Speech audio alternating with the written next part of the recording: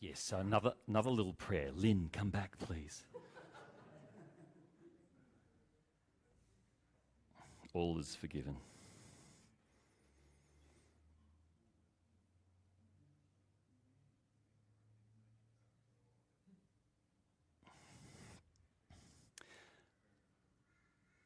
Since this Easter, I've been encouraging us to wonder what our response to the good news that we celebrated at Easter, the good news that was proclaimed in the life, death, and resurrection of Jesus Christ. Last week, my challenge was to wonder, how wide can you hold your arms open? My challenge, as we wondered what it might mean to be witnesses to this good news, to wonder what it might be to reflect a God whose love is encompassing. And to think about the human challenge of how wide we are willing to open our arms of welcome in reflection of that gracious love. I have another phrase for you this week to go with that. Slightly intimidating, isn't he? A God who loves close up. I want to play with that idea. What does it mean that we have a God who loves close up? I'm hoping that sheep reminds you of that awkward friend who doesn't have the space boundary, who likes to get in your face when talking to you. Anyone ever had to experience what we might call a long distance relationship? Have knowledge of what it is like, the challenge that there is in maintaining that connection, even wondering whether it's worth maintaining that connection. When I first met Catherine, 1991, she had just completed a teaching degree and was waiting for a placement that potentially could be anywhere in Queensland. So about a month into dating, Catherine comes to me with this deep concern that potentially, I think the question was something like, if I was assigned to a school in Cairns, what would that mean for us? And so I worked on the most romantic response that I could possibly imagine and came up with this: well, we'll cross that bridge when it comes.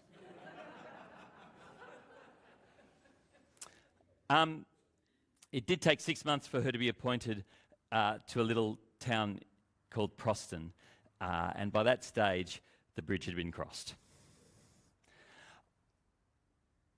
I want to suggest that maintaining relationships, important relationships that shape who we are, can be challenged not just by geography, but in fact, we often place things between us and the other. Sometimes we think these things are there to benefit the relationship. But generally, in the long run, these things that stand between us have the potential to create division or disconnection.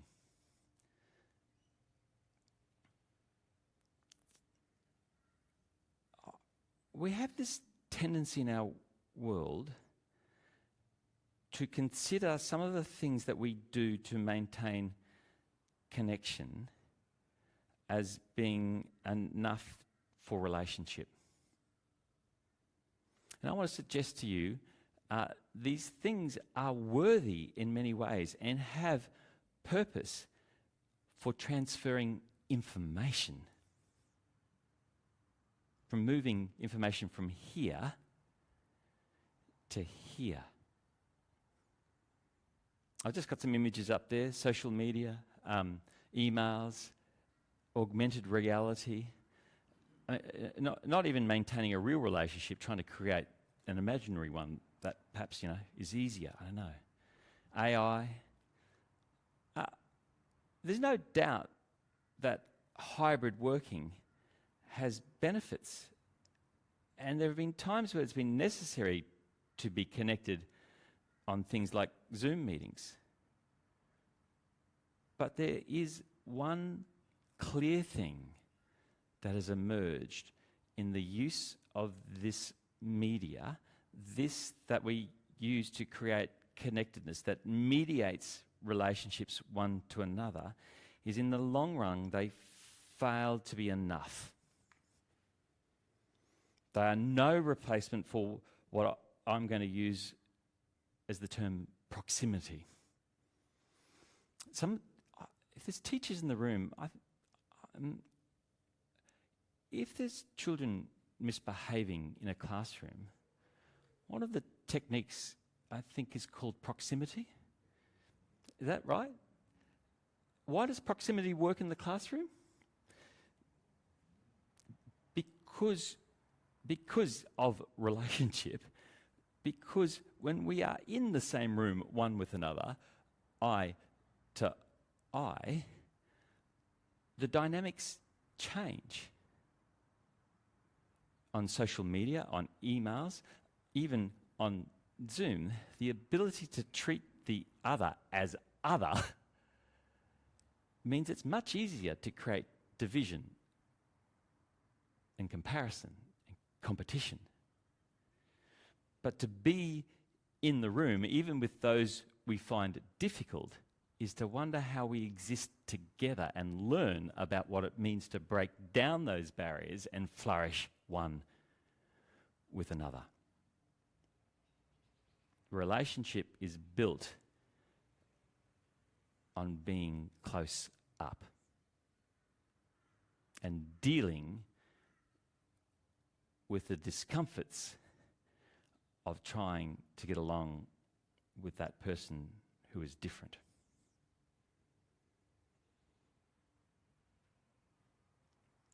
I just like the sheep. We don't need him. Let's think about John's Gospel for a moment. It. Non-gender specific. Anyway,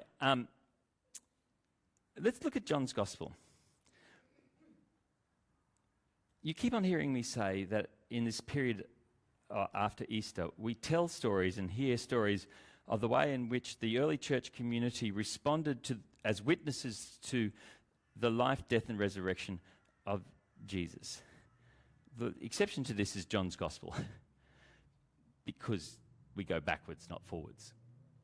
And generally, during this Easter period, we read from a part of John's Gospel that we call the farewell discourse.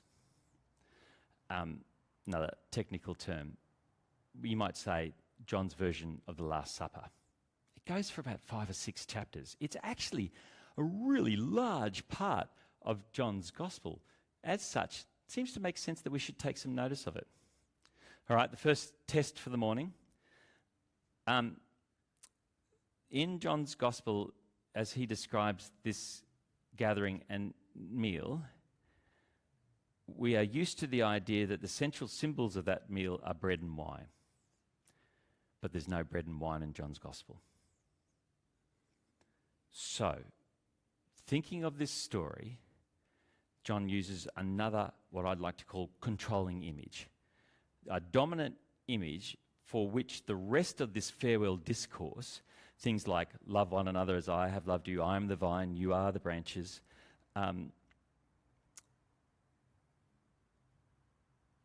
this is the controlling image on which the rest is commentary.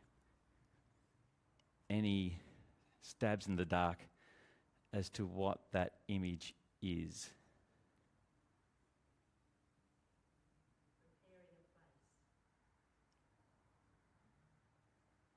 Encouragement award, but not what I'm looking for. It's not a feeling or an action, it's an image.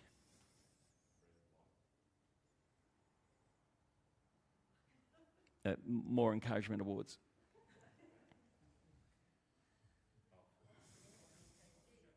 Yes, but you didn't.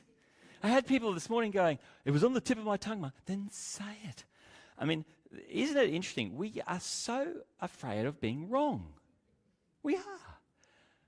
And yet it's there within us for many. The controlling image is what happens immediately they enter that room as Jesus gathers his disciples, those who are his followers. It doesn't say there were 12 in John's Gospel, whoever was gathered around. And Jesus bends down on a knee and acts as a servant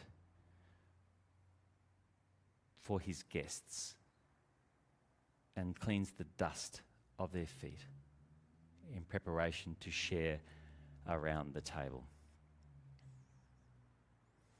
The thing is, there's a reason we call it the farewell discourse, because in the midst of it, Jesus says, I'm going. And in saying, I'm going to the Father, going to my Father's house where there are many rooms, if it were not so, would I not told you that I come to take you back to, all that stuff. The question at the heart of this is, how do we maintain this relationship if you're going there?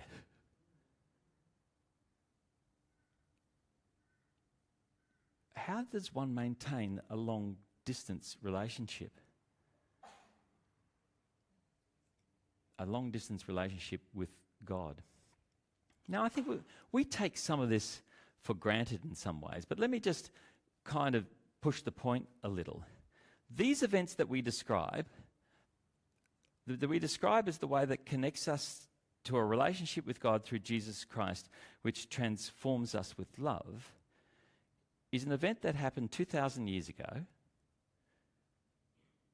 in a different culture,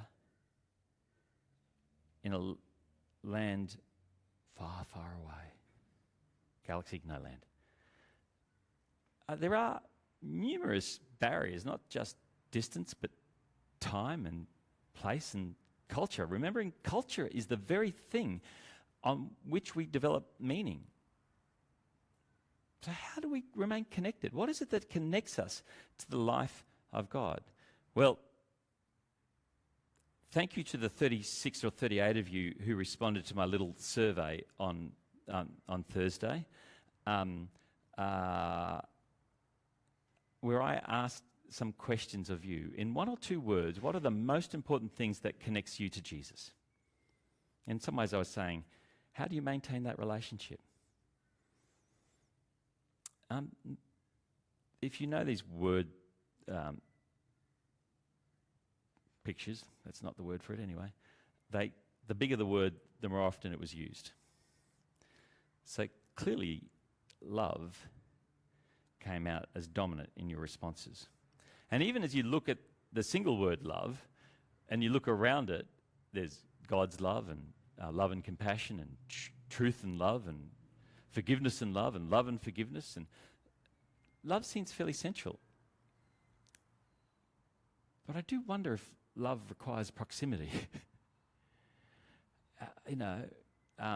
What makes love the thing that connects us? So I then went on to ask you to rank for yourself personally the things that Christians over the years have most valued as connecting them to Jesus, connecting them to that love. Now, I know it's hard to read. I gave you 6 options, and these are 6 valid ways in which Christians of all different kinds have found a way of finding connectedness across time, geography, and culture. So there were things like academia,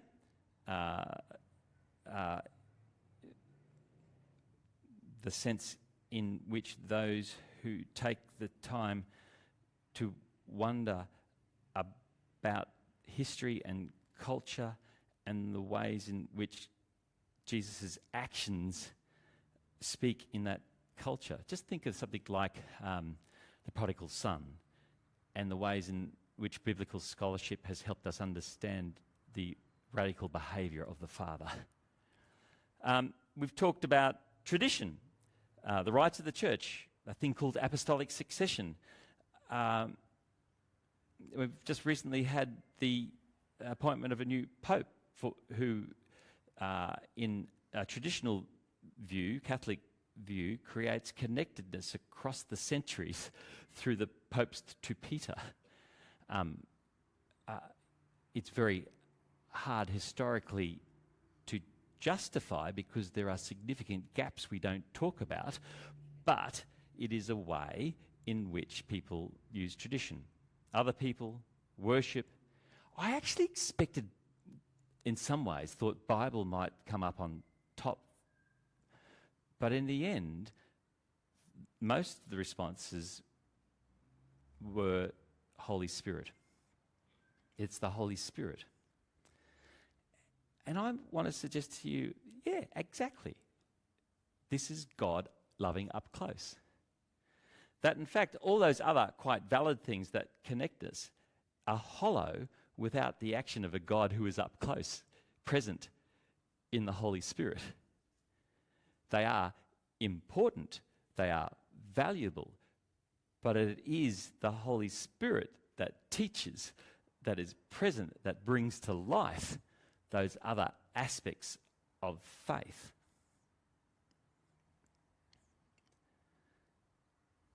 It is the Holy Spirit that Jesus promises. Now, it uses the word paraclete. I send you the paraclete. Could you use something that makes more sense, please, Jesus? Paraclete, we use the word paraclete because that's basically what the Greek word sounds like. Not because that helps us understand it better, but that's what the Greek word is there. It's hard to understand. So we'll just call it the paraclete. We tend to talk about advocate and support and stuff like that, but it is actually hard to understand exactly what Jesus meant.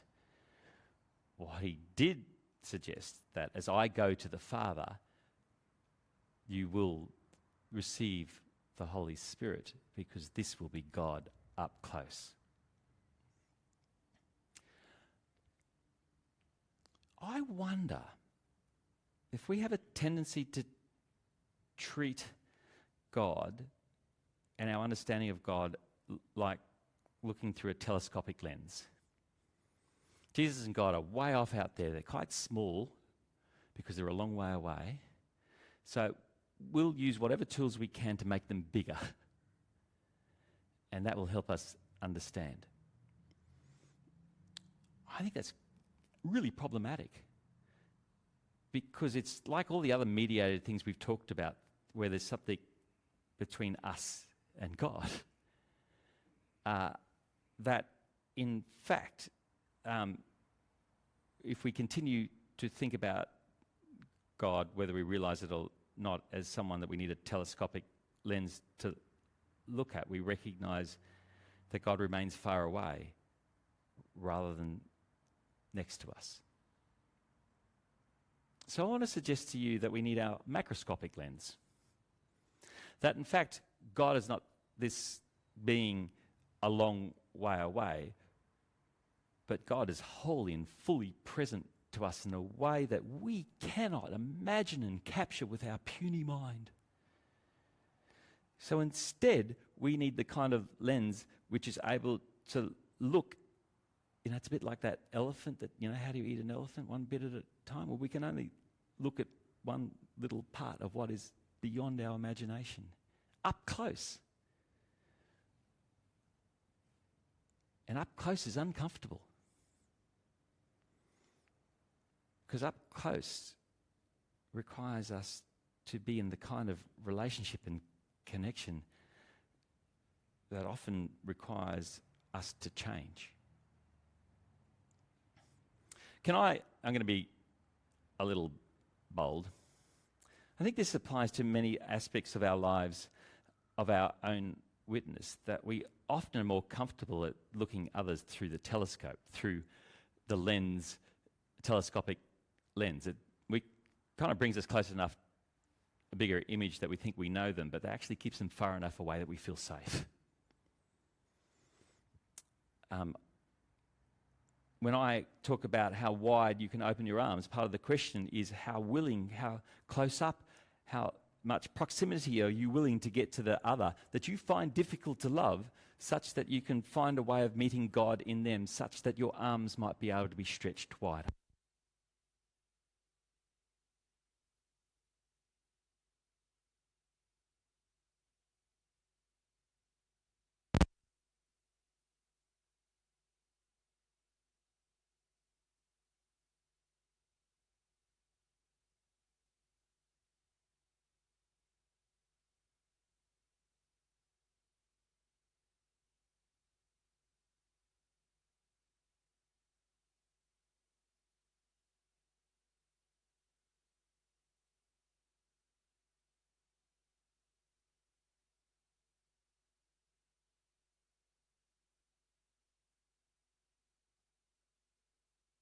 One another.